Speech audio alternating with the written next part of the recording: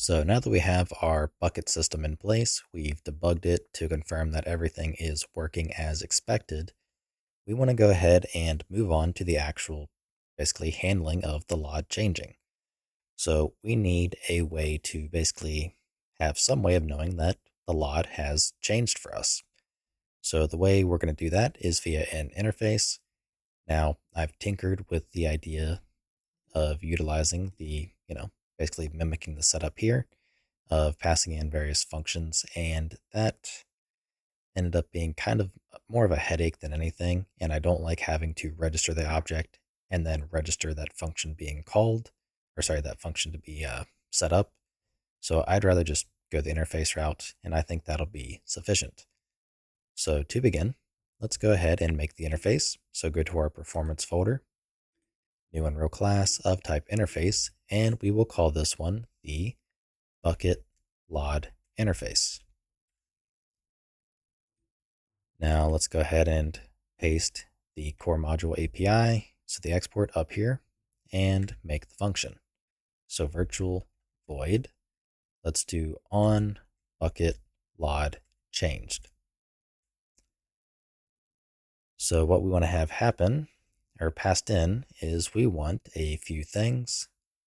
We first off want the object info. So let's copy this and paste it in as a parameter.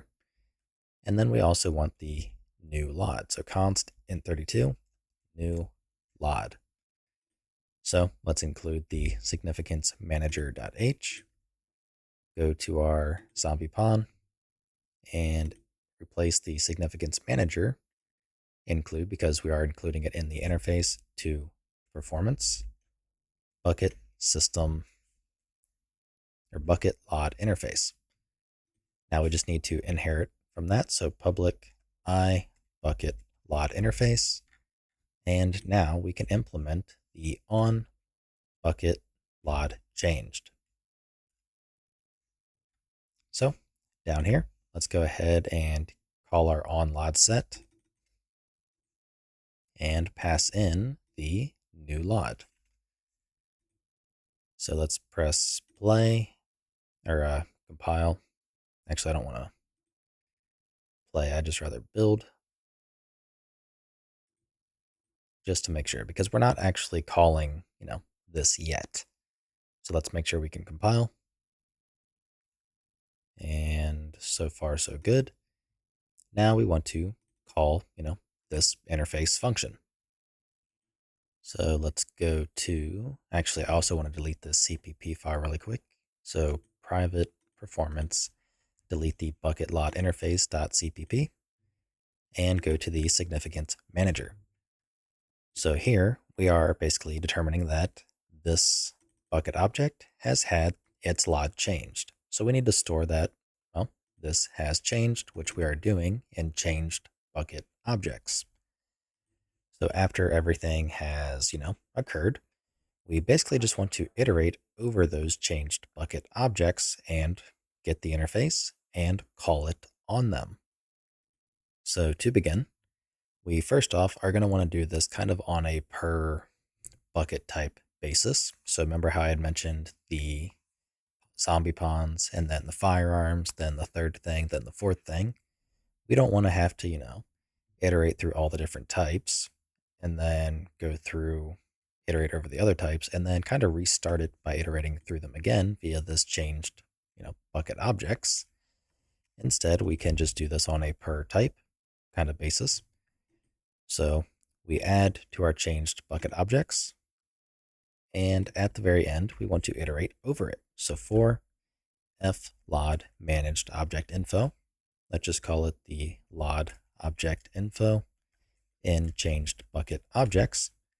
We want to get access to the interface. So if I bucket LOD interface, let's call it, just bucket LOD interface equals cast to I bucket LOD interface from the LOD object info get object, then we have the interface, in which case we can simply call on bucket LOD changed. So we can pass in the LOD object info and the new LOD. So LOD object info, LOD. And that's pretty much it. So we actually, now that I'm thinking about it, I don't know why I'm passing in the new LOD when we technically have it right here. So I guess if we want to use the other type, but it doesn't matter. So make sure we include this interface here. And we should be pretty much, I guess, good to go. So let's go ahead and give it a try. Okay, so now as a test, let's just make sure that everything, works kind of as it did before. So press play, 0, 1, and they are in fact updating. So that is good. So what I want to test now is to see the rate at which it is being called. Actually, I need to leave these in. I don't need to delete them. So we have our print string that says hello anytime that a change happens. So we press play and they all change initially. This guy didn't seem to do anything at all. And then once we get to a certain point and they start changing, it starts actually updating. So it's only printing out hello when there is a change. And that's ultimately just what we wanted. So we can delete the hello. We know that everything is good to go. And we have a, good to go functional system. So with all that said and in place, let me think if there's anything else that needs to be done. All right, so from quickly skimming, because we're not going to be utilizing the post significance function, we no longer actually need it. So let's just get rid of it entirely. So we only have our significance function and our on bucket LOD changed. So let's go to where we register. We can delete our post significance and the post significance from the register function, the register object parameter list. And yeah, let's make sure we can do one more build to make sure everything compiles just fine. And I would say we are good to go. Okay, so we built just fine. And that is going to be all for this video. We basically have our significance manager finished. We have our bucket system in place, and we are basically ready to use it.